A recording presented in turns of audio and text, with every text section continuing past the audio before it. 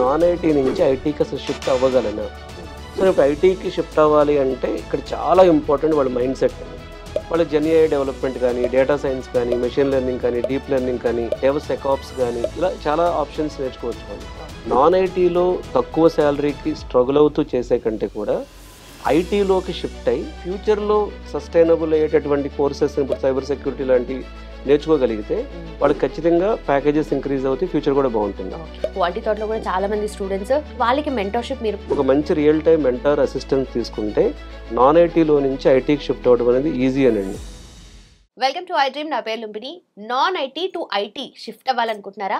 అయితే ప్రాక్టికల్గా మనం ఏమేమి ఇంప్లిమెంట్ చేస్తే జాబ్ వస్తుంది డిస్కస్ చేద్దాం. ఈరోజు మనతో పాటు ఉన్నారు Quality Thought founder and career guidance expert Ramana Bhukti garu. ఆయనతో మాట్లాడదాం. Hello sir. Hello. So non IT to IT shift అవ్వాలనుకున్న వాళ్ళు చాలా మంది ఉంటారు. ఇన్ఫ్యాక్ట్ కొంచెం బెరుగ్గానే ఉంటారు, ఎట్లుంటుందో ఏంటో అని చెప్పేసి. సో దానికి వాళ్ళ ఎలా ఉండాలి ఇవి అంటారు? నాన్ ఐటీలో జాబ్ చేస్తూ అక్కడ గ్రోత్ లేకపోతే శాలరీ తక్కువ నేను, లేదా వాళ్ళకి ఐటీకి వెళ్ళాలన్న ప్యాషన్ ఉండో, ఇష్టం ఉండో, ఐటీకి వెళ్ళాలి అనుకున్నప్పుడు వాళ్ళకి మెయిన్గా వచ్చే డౌట్ ఏంటి అంటే, నేను ఇప్పుడు నాన్ ఐటీ నుంచి ఐటీకి అసలు షిఫ్ట్ అవ్వగలనా? షిఫ్ట్ అయితే ఆ కోర్స్ నేను నేర్చుకోగలనా? ఆల్రెడీ వర్కింగ్లో ఉంటారు వీళ్ళు, అంటే నాన్ ఐటీలో వర్కింగ్లో ఉంటారు వాళ్ళు. సో ఇప్పుడు ఐటీకి షిఫ్ట్ అవ్వాలి అంటే ఇక్కడ చాలా ఇంపార్టెంట్ వాళ్ళ మైండ్ సెట్ అండి. వాళ్ళు నాన్ ఐటీలో జాబ్ చేసి చాలా హార్డ్ వర్క్ చేస్తారు. అందులో పోల్చుకుంటే 1/100 వంతు కూడా కష్టం కాదు ఐటీలోకి రావటం, చాలా ఈజీనే అది. ఓన్లీ థింగ్ ఏంటి అంటే ఐటీలో చాలా కష్టమన్నా ఎక్కువ ఊహించుకోవటమే ఇక్కడ జరిగేటటువంటి మిస్టేక్. ఆ హెసిటేషన్ ఉంటుంది, ఎందుకంటే వాళ్ళు ఐటీ బ్యాక్గ్రౌండ్కి లేరు కాబట్టి, ఒక 3-4 ఇయర్స్ గ్యాప్ వచ్చేసి ఉంటుంది కాబట్టి, ప్లస్ నాన్ ఐటీకి చాలా కంఫర్టబుల్గా అలవాటు పడిపోయి ఉంటారు కాబట్టి. కానీ ఏఐ వలన ఐటీ జాబులు పోతున్నాయి, నాన్ ఐటీ జాబులు కూడా పోతున్నాయి. సో ఇక్కడ గుర్తుపెట్టుకోవాల్సింది ఏంటి అంటే, ఎంత కంఫర్ట్ జోన్లో ఉంటే అంత రిస్క్ ఎక్కువ ఉంటుంది. సో కంఫర్ట్ జోన్ నుంచి బయటికి రావాల్సిందే. రాకపోయినా ఏఐ లాంటి టెక్నాలజీలు వాళ్ళని బయటికి తీసుకొస్తాయి. సో ఆ కంఫర్ట్ జోన్లో నుంచి ముందే రియలైజ్ అయ్యి ఒక ఐటీ కోర్సు వాళ్ళకి మ్యాచ్ అయ్యేది, అంటే వాళ్ళు చేసే వర్క్కి, ఫర్ ఎగ్జాంపుల్ వాళ్ళు చేసే నాన్ ఐటీలో జాబ్ చాలా హై కమ్యూనికేషన్ స్కిల్స్ ఉంటాయి అనుకోండి, వాళ్ళు టెస్టింగ్ వచ్చారనుకోండి, ఆటోమేషన్ టెస్టింగ్లో వాళ్ళు ఈజీగానే మ్యాచ్ అయిపోతారు. లేదా స్క్రమ్ మాస్టర్ లాంటి రోల్స్, లేదా వాళ్ళు చేసే జాబ్లో చాలా హార్డ్ వర్క్ ఉంటుంది, తనకు మ్యాథమెటిక్స్ ఇంట్రెస్ట్, లాజికల్ థింకింగ్ ఇవన్నీ వచ్చు అనుకోండి, ఇక్కడ కోడింగ్, క్లౌడ్ డేటా ఇంజనీర్ కానీ, క్లౌడ్ డెవాప్స్ ఇంజనీర్ కానీ, సర్వీస్ నో డెవలపర్ కానీ, సేల్స్ ఫోర్స్ డెవలపర్ కానీ, లేదా ఫుల్ స్టాక్ డెవలపర్ కానీ, ఇట్లా వెళ్ళొచ్చు. వాళ్ళకి చాలా అడ్వాన్స్డ్ టాపిక్స్ అంటే ఇంట్రెస్ట్ ఉంది, ఏఐ ఎలా చేస్తుంది ఇలా నేర్చుకోవాలని. ఇప్పుడు కొంతమంది స్కూల్ పిల్లలు కూడా నేర్చుకుంటున్నారు.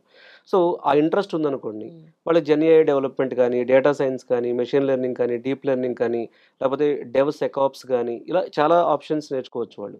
సో ఓవరాల్గా నాన్ ఐటీలో తక్కువ శాలరీకి స్ట్రగుల్ అవుతూ చేసే కంటే కూడా ఐటీలోకి షిఫ్ట్ అయ్యి కొంచెం ఫ్యూచరిస్టిక్ కోర్స్, ఐటీలో కూడా లే ఆఫ్స్ ఉన్నాయి, ఐటీలో కూడా కొన్ని కోర్సులు తీసేస్తున్నారు, కానీ ఫ్యూచర్లో సస్టైనబుల్ అయ్యేటటువంటి కోర్సెస్, ఇప్పుడు సైబర్ సెక్యూరిటీ లాంటివి నేర్చుకోగలిగితే వాళ్ళకి ఖచ్చితంగా ప్యాకేజెస్ ఇంక్రీజ్ అవుతాయి, ఫ్యూచర్ కూడా బాగుంటుంది. సో కోర్సు సెలెక్షన్ అగైన్ చాలా ఇంపార్టెంట్. సెకండ్, నేర్చుకునే మెథడాలజీ ఇంపార్టెంట్.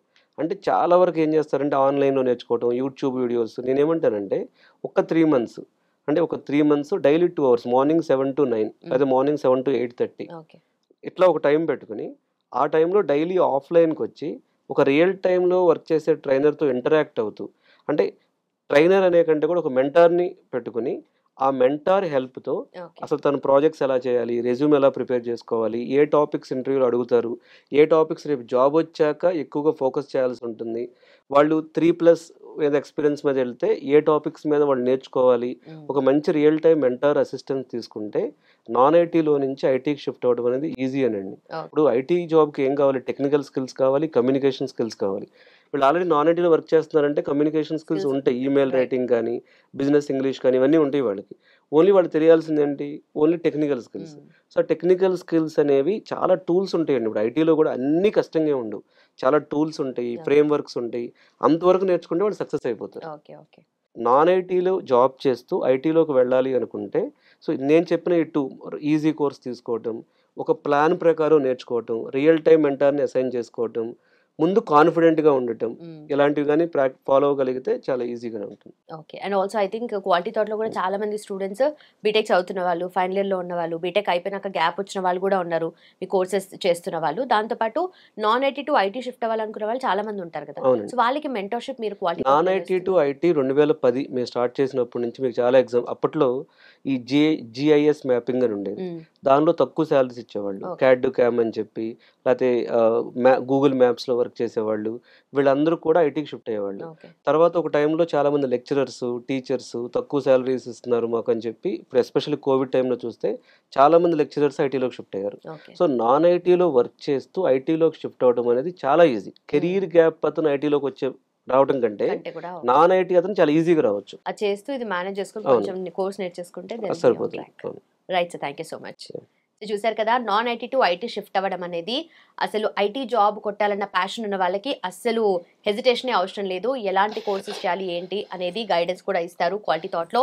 సో మీరు జస్ట్ ఆల్రెడీ వర్కింగ్ చేస్తుంటే ఆ టైమింగ్స్ కొంచెం మేనేజ్ చేసుకుంటూ కోర్స్ కంప్లీట్ చేస్తే కనుక జాబ్ మీ చేతుల్లో ఉంటుంది అండ్ ప్లేస్మెంట్స్ కూడా వాళ్ళ చేతుల్లో ఉంటాయి అనమాట. సో క్వాలిటీ థాట్లో మీరు ఈ కోర్సెస్ చేయాలి అని అనుకుంటే కింద మెన్షన్ చేసిన నెంబర్కి కాల్ చేయండి. అలాగే మనకు బ్రాంచెస్ వచ్చేసి అమీర్పేట్, మాధాపూర్ అండ్ యూఎస్ లో ఉన్నాయి. And for more videos, please subscribe to iDream. Please subscribe to iDream. Please subscribe iDream. And please subscribe to iDream.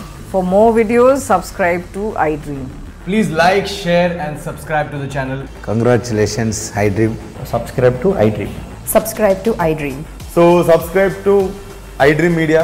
iDream ki iDream team andarki huge congratulations. Please subscribe iDream Media. Please subscribe to iDream. Subscribe iDream. Please subscribe to iDream. iDream అంటే నా కళల ఛానల్ను subscribe చేసుకున్న నోరు తిరుగుతలేదు, మీరైతే గంట గుర్తు కొట్టండి. For more such videos, please subscribe to iDream.